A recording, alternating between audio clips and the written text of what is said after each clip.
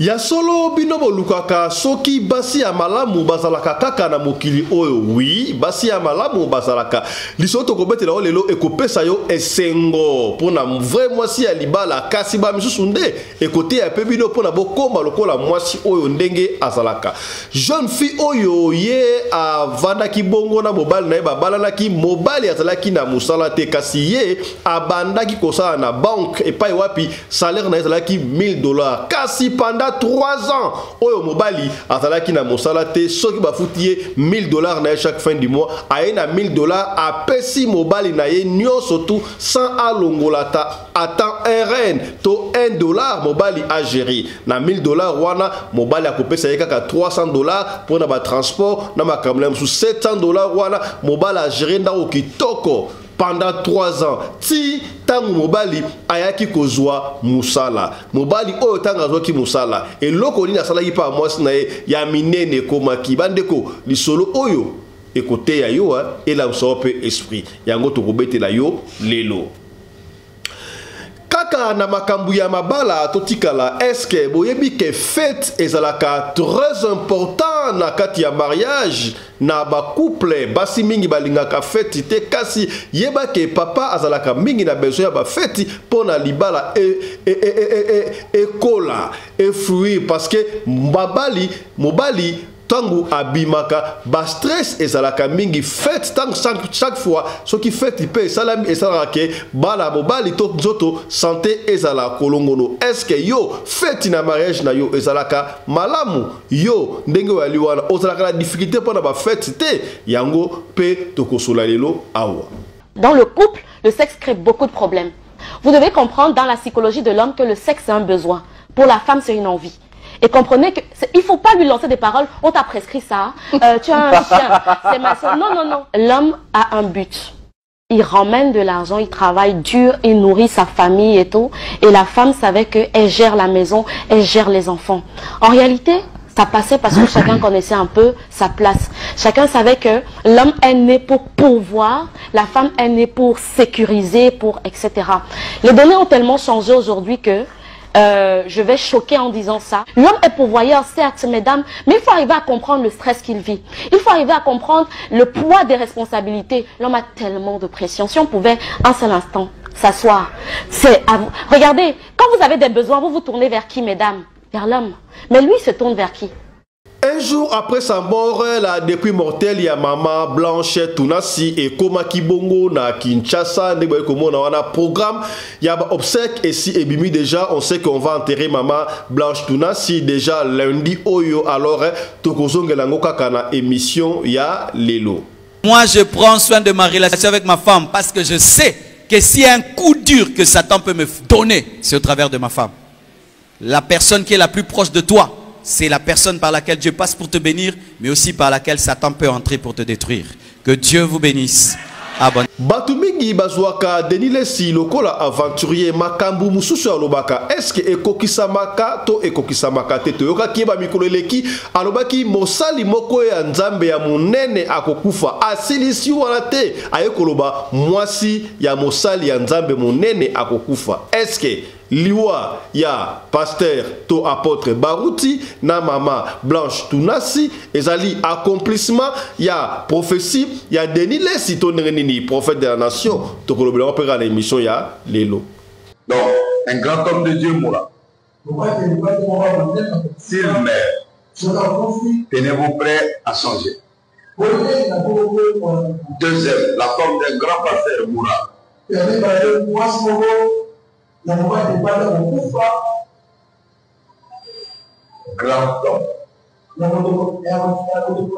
Aucun homme sur cette terre accepterait de vivre avec une femme qui le maltraite ou qui le diminue. Aucun homme, mes sœurs.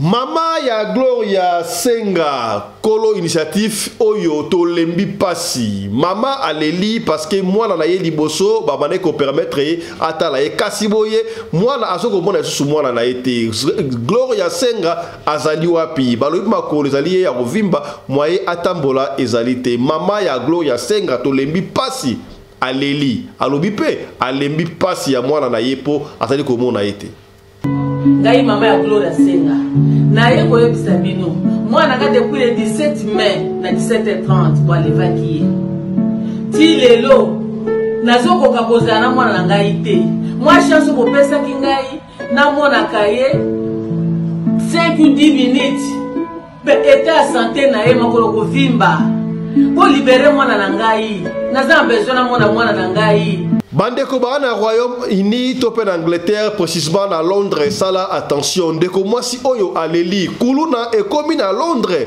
babandi ko yiba ba téléphone ko botola ba téléphone salaka angele dans les rues de Londres soki ozali na téléphone na yo mama oyo a expliqué eza Angleterre et baby makambo na kute nango na tongwa wana uti musala pona sala kile ona butu na koma na station bwana East Finchili place wana ba collègue na nga mibale déjà bazolela ba téléphone système comme na mboko komona ka bana ya ba gang oyo okomona bango na ba vélo bazo ya rapide moko na ba scooters bakomona ka kidiba na téléphone ba botoli mbala moko bakimi bakei nango. Na Kinshasa nani ateki terrain ya njili ba clôturer terrain oyo bandeko ya njili ba vrai njilo ba leli botala makambo oyo nani ateka ka biloko oyo terrain ya njili boteki yango to boteki zonga na yango ndeko mobali oyo a expliqué na njili tozana ba prêtre tozana ba leader ba jango infuzi toyebike ba mama mwa bibakenda mais tozana bato ba président Putu o ba oyo botelemela makambo oyo toyebo juste balingi basala nini au espace oyo batiki eleki ebele na oyo bakangi pour ba récupérer banana luidi naina Daniel itepem faut ba buka mais c'est d'abord à manger biso zaka alisu kwa alisu. Gouvernement souminwa après prestation ya sûrement na parlement sika remise reprise et banda kibongo ko salama kasi to ke mbala moko na ministère ya justice pa wapi constant mutamba azwaki pouvoir taba moni ya na ministère ayebongo na mbwana ye mbwana elingi ko laksa nini ki akokanga batu ba miyibi ako malmene ba magistrat oyo ba miyibi to akosala nini synonyme ya kwa na mbwana yemo kaka ayebi signification la ngopo a expliquer. Kaka na reprise na ba ministère to ke desika na ministère ya EPST et pas wapi Tony Mwaba ministre sortant a sala ki remise reprise na musu kasi scandale et salami ya kosakanati ya yeba katango sala musala suka na yo ekozala ndenge nini mandé à l'état si la raison éternellement te mandé à l'état et si la ka. Voilà comment est-ce que Joël a été humilié. Joël c'est le chargé de communication ya ministère EPST humilié a komi kolinga abunda abosanike ba caméra za ki wana ya zalaka bien abatu on t'avoue.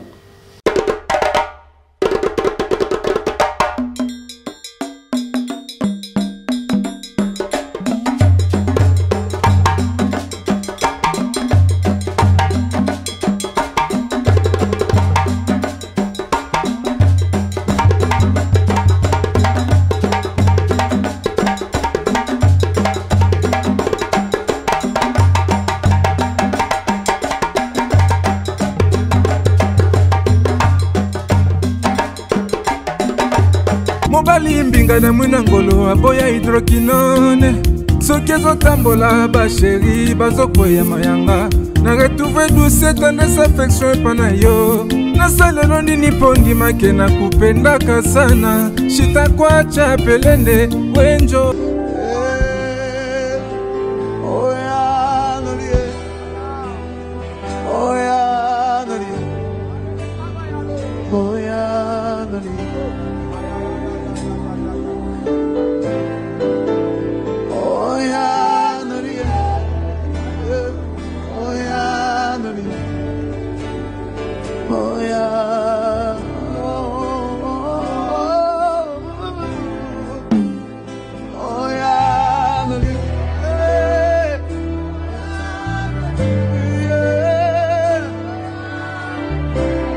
Je sais que s'il y a un coup dur que Satan peut me donner, c'est au travers de ma femme. La personne qui est la plus proche de toi, c'est la personne par laquelle Dieu passe pour te bénir, mais aussi par laquelle Satan peut entrer pour te détruire. Que Dieu vous bénisse abondamment.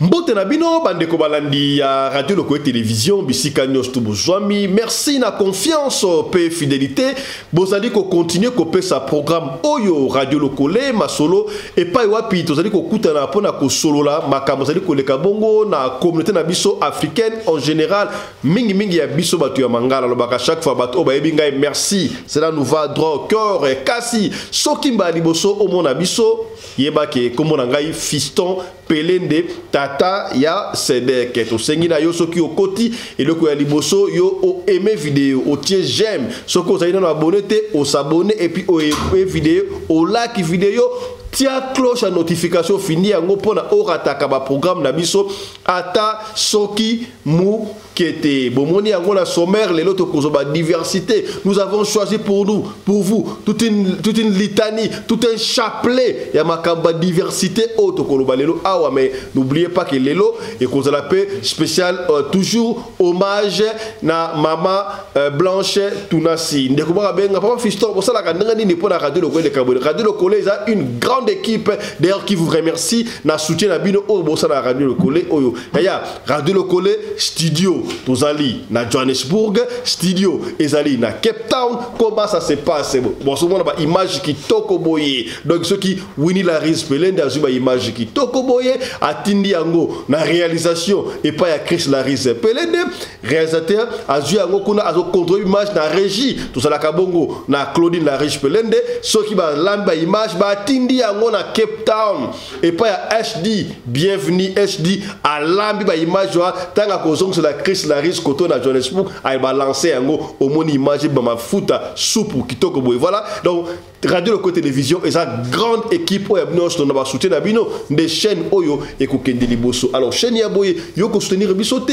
so que vous avez besoin ya publicité annonce nyonso tout et sa chaîne moko commerciale mais communautaire tous les moutons ont le droit à coller la chaîne oyo oyo a fait sa promotion ya eloko na ye aleki na chaîne alobi mais rappelez-vous makambo o ba déclarer la chaîne awa ça n'engage pas radio Lokole mais ça n'engage que bango moko soki omoni muta leki alobi makambo na ye pasteur spirituel homme de Dieu ne surtout wana soki okosala ça n'engage que yo ça n'engage pas radio Lokole est-ce que okomi to sololi pembe voilà. Yambo to bata l'histoire d'amour oyo et pesi et sengo et vous allez appeler conseil pour moi de comme sous tika to développer ba diversité oyo bomoni bongo na sommaire to ko banda sika liboso na ba image arrivé ya corps ya mama na biso Blanche Tunasi mama Blanche Tunasi azali nani mama Blanche Tunasi azali molongani ya pasteur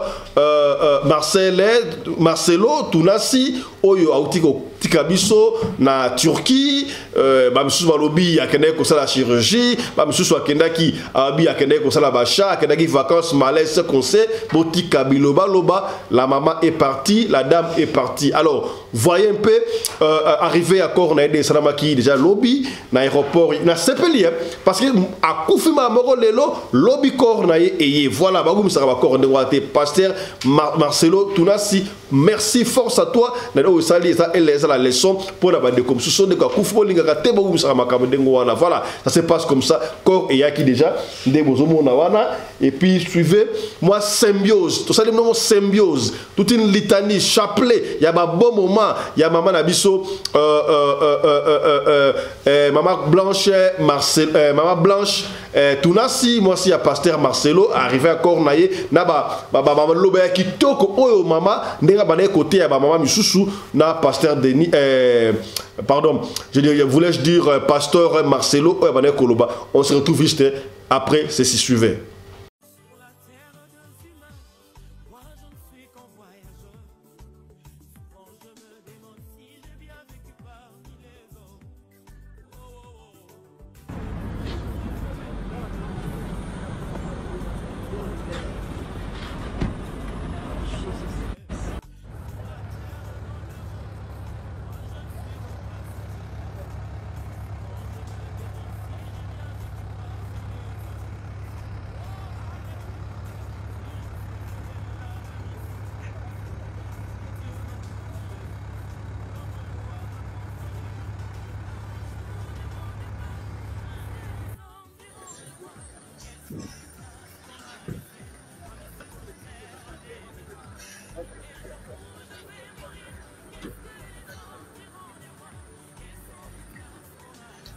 Aucun homme sur cette terre accepterait de vivre avec une femme qui le maltraite ou qui le diminue. Aucun homme, mes sœurs.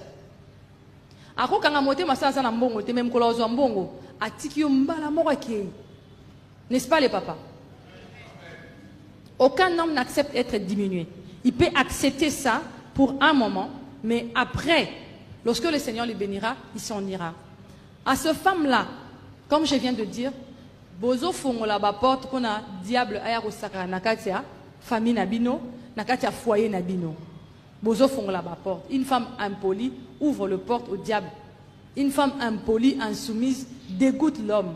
Une maman, une mère impolie, insoumise transmet l'insoumission et l'impolitesse à ses enfants.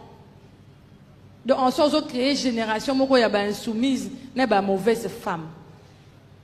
Et pire de ça, comme je viens de dire, elle ouvre la porte aux démons. Pour chercher l'équilibre dans ce genre de couple, il faudrait que l'homme s'élève et qu'il prenne tout son courage et qu'il dise non afin d'arrêter cela. De prendre la Bible et de lire la Bible pour cette femme et de l'instruire selon le Seigneur. Amen. Aimez Dieu. Aimez Dieu. Sinon, vous pouvez moi frère. Vous pouvez moi. Otika nzambe msalo to sali bambula na bambula opengwi so be bande sa biso pasteur mopengwa ka tambo tika nzambe zongo so boko li mwana anga ke université azuli boma botika biloko olinga nzambe pona biloko mukili botika kulinga nzambe pona ba profit ba intérêt christianisme Congo ebeleza lokuta mate bele na Kinshasa za lokuta oui, monsieur le pasteur, on a su nous embêter. On a vu nous embêter. On a vu nous embêter.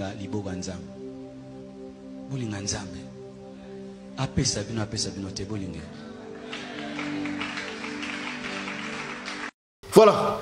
Paix à son âme, mais na ba émission koya trobana toujours ko zongela makambu ya mama na biso Blanche. Tuna City ba ko conduire na dernière demeure na ye ko sala bongo lundi. Voilà ba te belé ba di koloba merci ka boye papa Fisto comment est-ce que ba musuba solo ba bomié panani ça nous on va pas rentrer dans ces polémiques là biso to pesa ka information informer o il a dit o ba polémique wana biso to kota ka kuna te na c'est une grande équipe ya radio locale. Nous sommes une chaîne de télévision normale mais sur YouTube.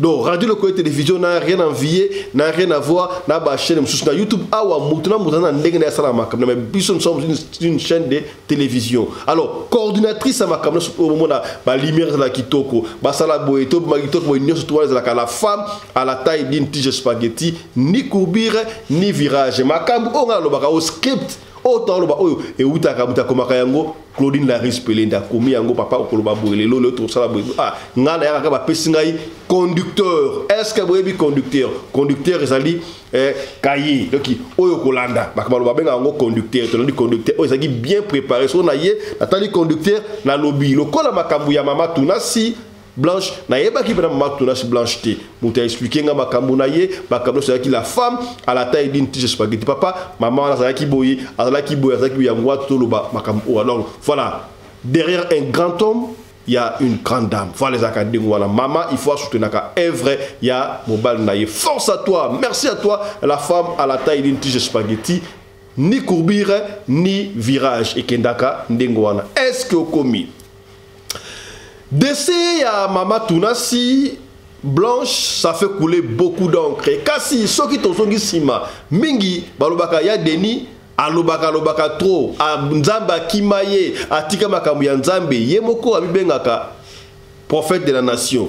Et ratakate. Bomoni a été contre la discussion na consoeur journaliste Sogolo Paka Rafine je crois après comment les Rafine to moni yango mais avant ça total la ma prédication na ye alobaka eloko moko zaki professionnel n'est-ce pas alobaka nini que ali komona pour bon di magasin prophète de la nation pasteur moko ya munene akokufa na Congo.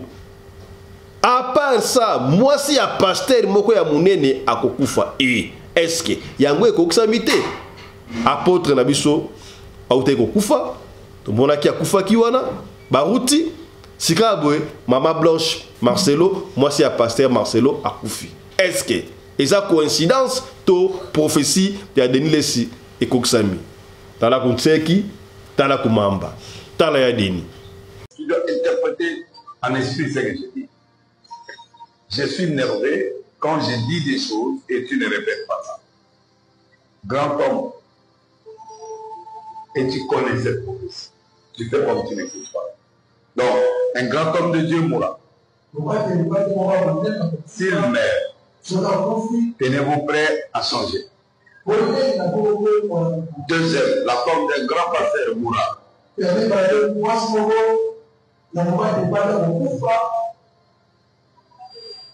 Grand homme. Grand homme. Sa femme mourra et s'en suivra d'autres.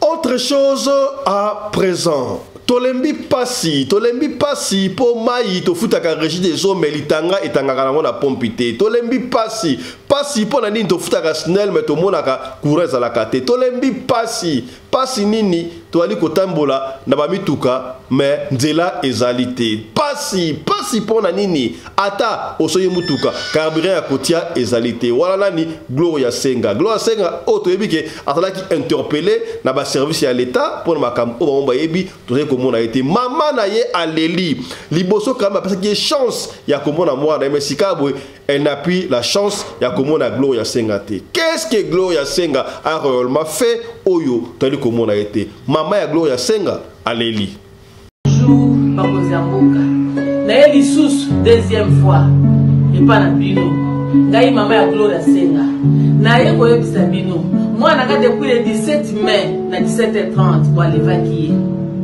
ti lelo nazokoka kozala na mwana na ngai te mwa chance kopesaki ngai na mwana kaye 5 ou 10 minutes pe état santé na ye makolo kovimba po libérer mwana na ngai naza besoin na mwana na ngai po libérer ye asali nini na ngina ye beloko asali ngai na leki awa na video na ye ba eloko nini mwana ngai asali kaka pona koloba ke vie komi pasi banzela ezali te boza na mituka bolekaka bozomona nde banzela eza kobeba te tala na bawenze ata bino bwana bakafa badola na bandako po bafamile na bino mosusu si bakendaka wenze bamonaka wenze ndenge nini vie ezali molenga no batransport eza pasi kura kuna bokosa une semaine 2 semaines 1 mois kura ezalaka te bakonzi nde mabe mwana asali ya mwana ayibi abomi afingi nani afingi mutu te alobi réalité ya ndenge mokili yango ezokendela po libere mwana na ngai nasengi libération ya Gloria Senga abomi te na Robert Bunda mwana ya 22 ans bokangi ye kuna pourquoi bato akokanga baza ebele oyo bazoyiba bamilio na milio badolar bazoyiba bozokanga te bongo mutu kaka alobaka epasi eleki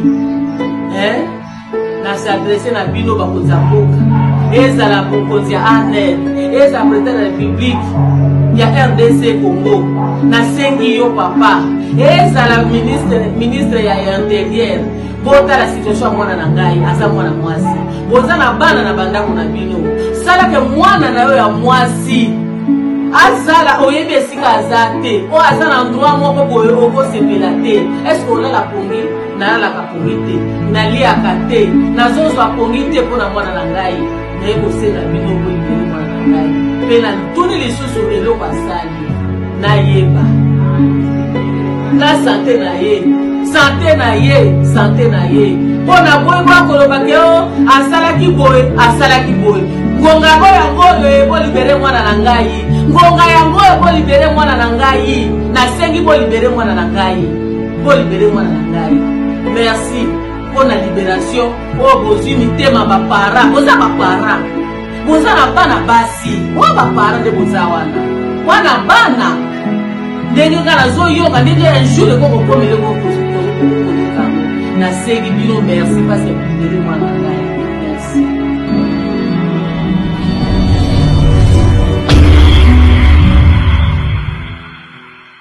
Bandeko ya Angleterre, Royaume-Uni, précisément à Londres, bossa la attention, maman oya leli kuluna et komi bongo na Londres, dans les rues de Londres, au coquille sous côté mon téléphone na yo librement te bali ko botre ba téléphone et pas ya bana bandibu to bana misusu ya salaka attention, bana na biso ba congolais, ba africains en général, noir particulier ba congolais, ba salaka la mingi na ba camarade ya bandibu te po bana wana parce na comportement la monté. Tala comment est-ce que ba bandi ko terroriser batu na ba téléphone na Londres, maman oyo a expliqué kana Landa. Shalom, shalom na communauté congolaise. Naeka koloba po na communauté na biso. Eza Angleterre et baby. Makambo na kute nango na tongwa wana uti musala. Po na sala kile ona butu. Na koma na station bwe na East Finchili. Place wana ba collègue na nga mibale déjà bazolela ba téléphone. Système comme na mboko komona ka bana ya ba gang yoyo. Okomona bango na ba vélo. Bazo ya rapide moko na ba scooters. Bakomona ka kidiba na téléphone ba botoli mbala moko bakimi bakei nango. Talaka mtu ana vélo na scooter ndeza na vitesse. Leto landa trop tard. Tata moko tozaki to biso to termine arrêt kotoyo bango mpanzi na biso en face. Ba bimela biso moko azo ya mbangu basaki mibale bakabwani moko azo na arrêt à côté na biso musu na côté kuna. Oya côté na biso tellement biso tozalaki na ba phone na basaki.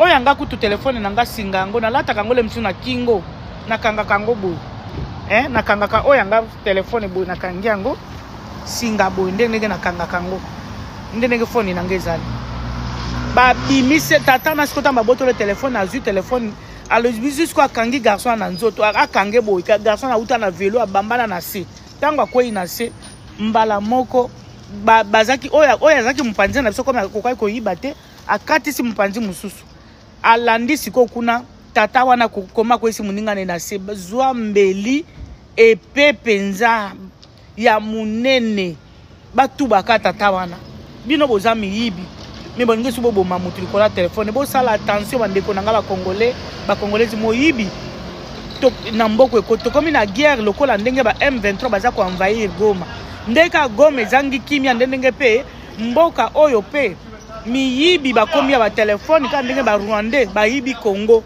ndeka ba Rwandais bakoti so ba M23 ko yiba na Goma insécurité za na Goma ndé insécurité komi pe na kati ya mboko Angleterre le lope le 19 mai na ba 8h awa ndé makamna kuta ngolo tala ngayo yo na uti musala tale longi na ngabo komona ke longi na ngeza vumana ba fatigue na ba pongi na saki na nga musala yango na za nango awa bosala keba bosala vraiment keba bagangisi bakomi kotamba kobotola ba telefone baza ko ravir batu le telefone na babalabala bazo botola batu pe bazo bimisa to ambeli baboma batu bokte meme bana mwana no azokende classe za mwasi ya mobali yebisa abomba telefone ne malamu po batu bazo botola wana bazo tambola na bambeli nga na moni yango na misu na nga mibale salinga somo na bangi kutatake na bimiso yanga telefone po na enregistrer bokeba ba Rwandais ba M23 ya poto siko baza ba gangsters nge baza tolongwa na Royaume-Uni na Angleterre to kende bongo na République démocratique du Congo précisément na commune ya Njili epai wapi toyebite est-ce que bateki terrain ya Njili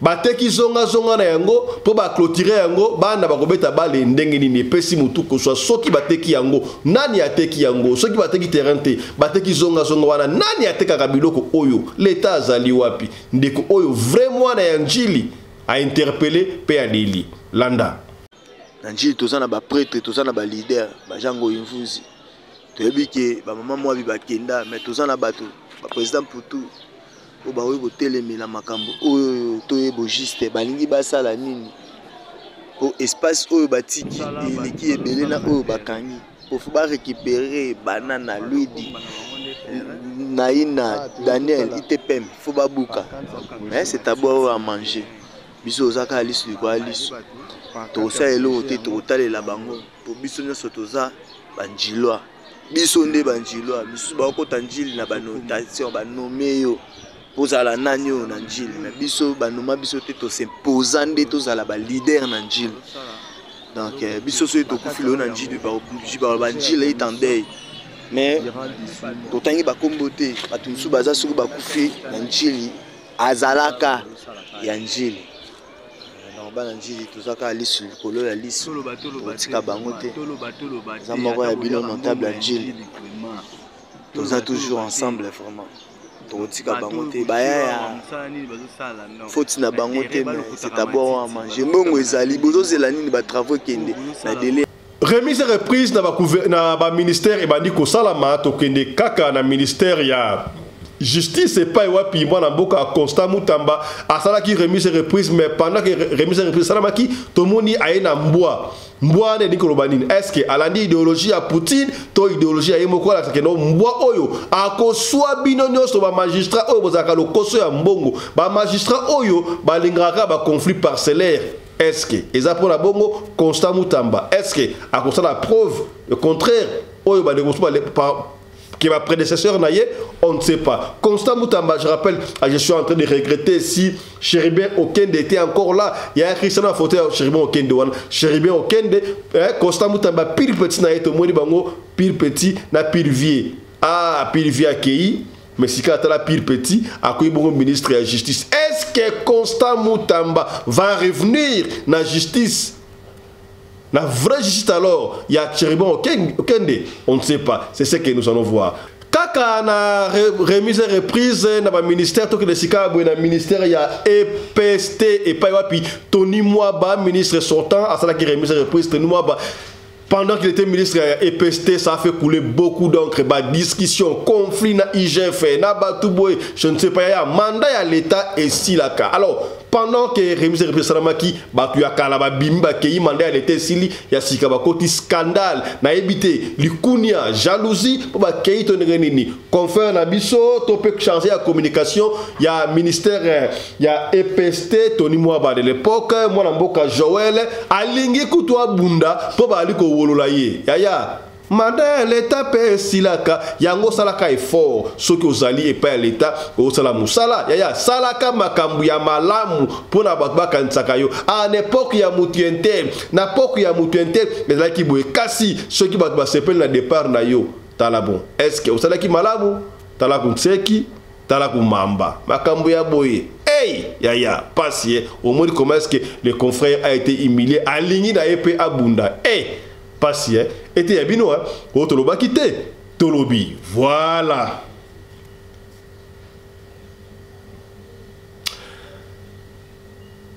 yaya c'est trop important qu'on a fait pendant les mariages nani koloba mingité bodanda extrait oyo nous avons sélectionné pour vous. Moi, extrait, il y a émission Oyo, éducation à la vie pour le couple familial. Boyo Kabakambu, Oyo, moi, si Oyo Koloba. Azali na raison, toi, Azali na tort. Suivez et puis tout le monde du solo. L'homme a besoin de sexe quand il veut donner. Alléluia. C'est pas pour conserver votre homme.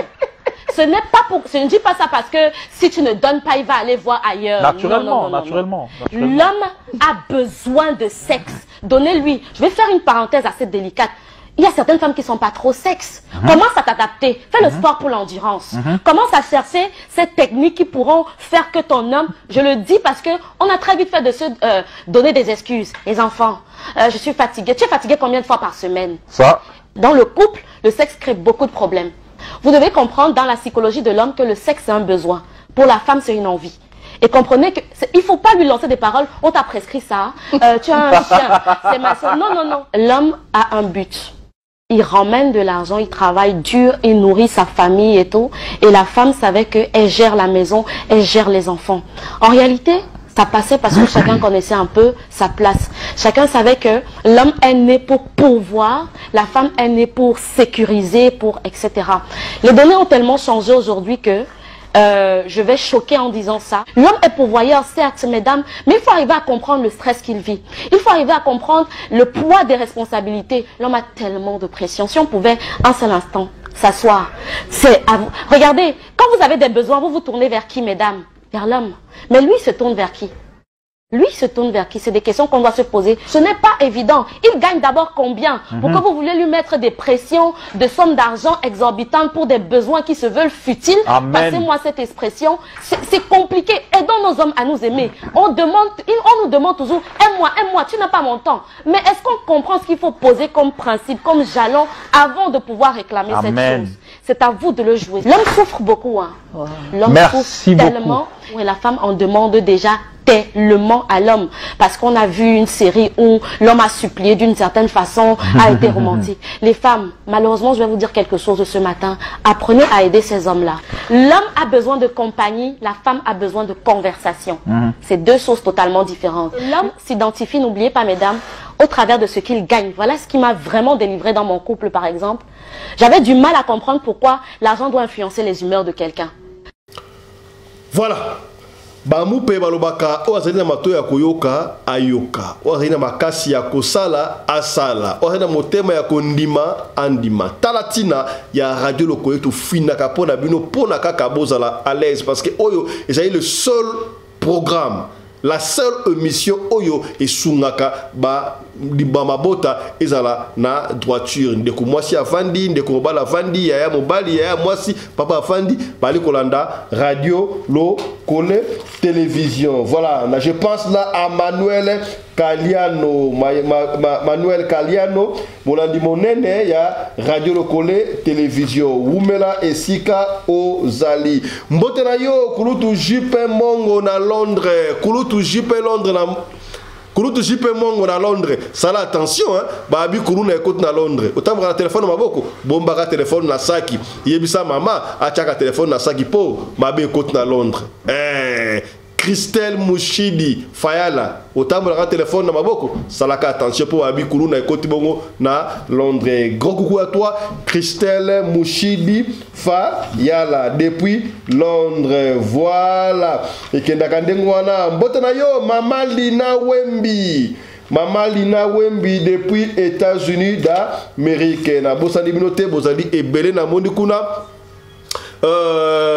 Mama Emezola de moi en botte na yo esiko zali mama Emezola na bosani binote bozali ebele on peut pas citer tout le monde mais au fil du temps nous allons commencer à citer tout le monde. Eric Chumanuka le prince de Barcelone botte na yo na botanité Trésor Pindi le prince de Madrid bandeko ya Madrid ba na mbongo bandeko ya Espagne en général est-ce que komi c'est que bien voilà et kendaka ndengo wana Yaya, yoka histoire oyo ekopesa yo esengo ekopesa yo lelo mutuko so kozala te ekopesa yo esengo mutuko soit pona ba oyo basalaka yango te yaya bolingo ya solo ezalaka bolingo eloko ya monene okati ya lingomba tolingana pe tosalisana na bolingo ya Nzambe. Celui qui trouve une femme trouve le bonheur. C'est lui qui trouve une bonne vraie bonheur et pas à maman Maman Marie-Thérèse, la première dame de Belgique. Ou mais là Maman Marie-Thérèse, on est ensemble. La Bossanité, la première dame de São Paulo, pour ne pas dire la première dame de Brésil. La Nanouche Moukoko, appelle masqué dièse 31 dièse. Est-ce qu'on commis Nanouche Moukoko, la première dame de Brésil. Vous comprendrez? Voilà, Kendaka Ndengo wana. Il y avait un jeune couple bandeko, jeune couple wana bino batu bolinga ka mobali ya bien ça salaka attention na mibali ya bien ma soleil beto beti mibala bien awa et suka ka malamu te. Bino pona bino mobala bien na kisi mobali ya tala mbongo te. Mobile oyo azoko ko s'occuper na moi c'est très bien ko pesa moi na ye mutu pas cité ko tout ka mutu ma bois cité mutu la bien ye wana et vice versa. Jeune couple oyo mobile c'est que là c'est une université kasi chance ya musala ezala quitté. Moi si aye kozwa musala ki bancaire ane ko sa na banque bazo futa moi si $1000 par mois. Alors, parce que moi la bibale, ce qui moi si a juste salaire na ya $1000, aye nango e pa ya mobali na ye. A pesi mobali, tala moi si malamu. Salaire va fouti ele ki abimi si yango ya pesi mobali $1000. Alors mobali sika boita ko $1000 wana alongola ka $300. Après que l'on a dim, balongo dim na bango ya $100, bah c'est dim quelque part. Oye kotika la wana azui $300 après 6 mois na ye madame o pour na transport na yo pour la bloc mike a kotika la commune à $600 n'est-ce pas yango bafuti ndaku bazolesa bana mobali pe azosunga ye akendaka koluka musala pendant 3 ans. Oh, c'est une bonne femme trouve le bonheur. Longoni na mama oyo. Longoni na mama oyo. Pendant 3 ans c'était comme ça. 3 ans et koki le 4e année, Dieu a fait grâce moi na mobali oyo aye kozwa musala. Tango azu musala asalaki polytechnique ingénieur na compagnie moko songolo. Tango azu musala bandeko. Boyebi sala mobali combien? Mobali wa futaye $6,500. Moi ça va ne koza $1,000 azo pesa yango epa ya mobali. Mobali a koza musala siko 300 après ba futaye $6,500. Qu'est-ce qui s'était passé? Et là on est ko le kawana na kata couple o. Ya tout ça ba j'aime. Tia ba j'aime partager ma solo otobetaka awa et c'est la kapona ko nuire ba tout pona ko beb sa comportement te pona ko sunga kaka et si kan de ko kwei yo okoyate tout ça ba j'aime ko tia ba j'aime partager peut-être de solo o sungi ote mais ko sunga de ko moko songolo et si ka moko pakala. Mobile tanga zu musala ba wafuta ye $6,500. Soki moi c'est azu musala na ye azu salaire na ye aina ngona ndako mobali oyo pe salaire ne ya $6,500 aina ngo ba komi na combien $7,500 par mois bazwaka. Bazo s'occuper na ndako bango très bien na ba na bango mibale très bien. Plus tard mobali sika boye aye ko somba mutuka ya kitoko voiture ya sika asombi yango ba camarade na ye ba moni ke muninga asomi mutuka nyoso tuwana tanga asomi mutuka aina mutuka wana ba camarade ba ozela ye lobi aya na mutuka sika na musala camarade oyo aye makolo aina métro aina taxi. Oh mon cher, mais hier tu as acheté une nouvelle voiture très neuve et ça a pu habiter mutuka na sombi wana na pesi mwasi na ngai atambola kana mutuka wana atamboli makolo trop atambola mutuka ngai wana mobali na kotambola makolo opesi mutuka pa mwasi na yo mutuka sika. OK, ça va tala mobali malamu mwasi abandi ko kende na mutuka na musala ye ko kumba ko kende. Mais toi tu prends seulement $1,000 au seul mutuka sika au bonheur. Non, c'est mon mari qui m'a acheté ça. Il y a pas de problème. Au fil du temps quelques temps après mobali aye kozwa promotion à Mati, salaire à mobile est commis $10,000. Écoutez très bien cette histoire d'amour. Mobile a dit kozwa salaire de $10,000. Alors, il ne pouvait plus kozwa ba taxi. Mobile oye kozomba Jeep 4x4. Donc, asombi siko Jeep pena mnene pena wana mnene. Asombi Jeep ba camarade na ye, ba ozela ye, lobi aya na Jeep na musala. Ba rosé champagne consort lobi nango oli na Jeep ye aena mutuka ya mukie oyo ya mwasi asombela mwasi na yo ça fait 2 ans passés. Oh, mais comment toi tu as acheté une Jeep oli na Jeep oyo na mutuka mwasi dans l'habité Jeep on a sombaki wana na zui yango na pesi mwasi na ngai atambo wana Jeep wana ngana zimutuka na wana na otambo wana. Mais pourquoi tu fais ça à cette femme? Aïsi bango, mes frères, cette dame que vous voyez, elle est tout pour moi. Si je suis comme ça, c'est à cause de cette femme. Cette femme sacrifiait tout son salaire de $1,000 à zoya nango pana ngai na gérer. Na bane ko gérer yango malamu, yango le to komi bu yango kutu apate ba mbongo wana na zui musala. Alors aza ngai nyonso aza pona ngai ata ya otambo na Jeep wana ezakaka lokola ngai na otambo na Jeep wana. Donc na préféré loko nyonso ya sika ye faut a bénéficier nango, ye faut enjoy nango, ye faut se payer nango lokola payer salaire na ye abanda kozwa ya $1,000 ye moko ande ko se payer nango te abanda ko ya nango pa na ngai. Tala ya tala bolingo a couple. Est-ce que yo couple na yo bozala kandengo wana osalaka ndengo wana yo bafuti yo salaire obombi ndambu olakisi mama ndambu babasi misusu kutu ata salaka mobali na ya mona kata mbongo wana te.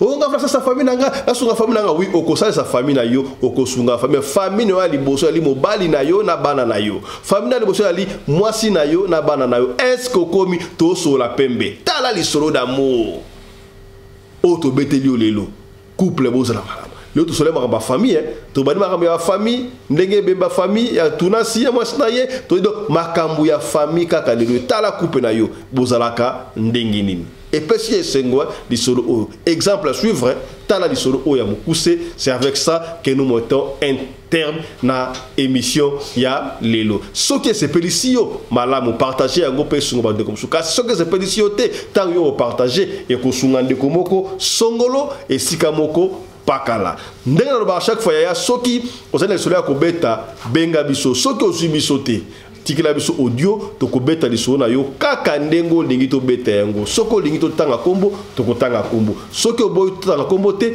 to kotanga kombo te ya ne ratez pas ce grand rendez-vous je crois et kozala lobby témoignage ya maman oyo abikaki na maladie oyo etungisaki mokili mobimba ndenge ba injectaki yango na nzoto ya salaka angele so okende hôpital soki mwana okima mutu pasi ozoma malasa mike tu peux te faire soigner à la maison ke okende kuna. Est-ce que comme témoignage à maman wana ekolobela yo ebele. Allez, portez-vous bien, santé de fer à tous. Chap chap. Et tchara.